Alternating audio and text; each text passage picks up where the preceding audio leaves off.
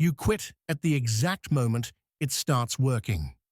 You tell yourself it's not for you, that you lost motivation, that you tried and it didn't change anything. But the real reason is quieter. Most people don't quit because it's too hard. They quit because it's too silent. Picture the scene. You've been consistent for weeks. You wake up, do the work, and nothing looks different. No praise, no clear signal, no instant payoff. So your mind whispers, "This is pointless." And that's where the real problem begins. Because progress doesn't arrive like a celebration. It arrives like a small shift you almost miss. It doesn't look like results. It looks like boredom. The first trap is the lack of proof. You want evidence before you keep paying the cost. So you check the scale, the numbers, the views, the feedback. You look for permission to continue. Psychologically, your brain is built to conserve energy. If it can't see a return, it calls the effort a threat. Ignore this, and you'll keep restarting at the same beginning. And because of that, your life never compounds. Then there's the almost phase, the phase where the old you is dying, but the new you isn't visible. You feel awkward. You feel behind. You feel like an imposter in your own routine. This doesn't look like growth. It looks like failure with better habits. But there's another sign hidden inside it. Your emotions lag behind your actions. You are changing, but you don't feel changed, so you assume nothing is happening. This is why people quit right before results. They confuse feeling with reality. If you ignore this, you'll walk away from the finish line calmly, and then you'll call it moving on. The next trap is the social mirror. Early on, people notice you. They ask questions. They joke about your new phase. Then they get used to it. The attention disappears. Now you're alone with the work. And the work feels heavier without applause. Most people get this wrong. They think they lost drive. They actually lost an audience. If you ignore this, you'll build your life for reactions, and you'll quit when the room goes quiet. Then comes the discomfort of small gains. You expect a breakthrough.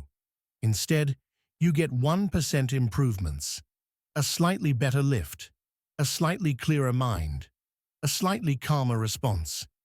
It doesn't look like a turning point. It looks like nothing, but compounding looks like nothing until it doesn't. Ignore this, and you'll trade long gains for short relief. And because of that, you stay a beginner forever. Now watch the deeper reason. Quitting is often self-protection. Because if you keep going, you might actually get results. And then you lose your favorite excuse. You can't say, "I could have." You have to say, "I did." That is a different identity. And identity changes feel like danger. But there's a moment where this becomes obvious. Here's the twist. People don't fear failure most. They fear being exposed by success. Success exposes your standards. It exposes your discipline. It exposes what you tolerated before. So right before the result arrives, your mind creates drama. A sudden doubt, a sudden better plan, a sudden need to switch paths. Not because the path is wrong, because the path is working. The next trap is the clean slate fantasy. You tell yourself you'll restart Monday, next month, after things calm down. A fresh start feels powerful because it's pure. No mistakes, no fatigue, no history. But a clean slate is a narcotic. It gives hope without cost. If you ignore this, you'll collect beginnings instead of outcomes, and you'll stay busy while staying the same. Then there's the boredom threshold. Real progress is repetitive. It's the same meal, the same practice, the same page. Your ego wants novelty so it can feel special. Discipline wants repetition so it can become real. It doesn't look like growth. It looks like ordinary days you don't post. Ignore this, and you'll chase excitement, not results. And because of that, you'll quit right on schedule.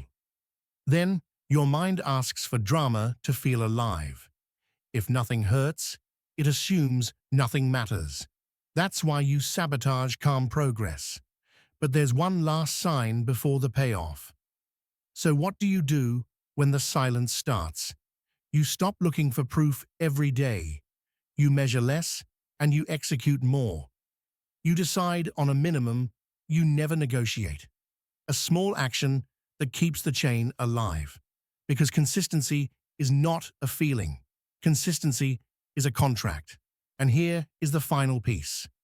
When you feel like quitting, don't ask, do I still want this? Ask, am I at the phase where it feels invisible? Because that phase is predictable. And if it's predictable, it's survivable.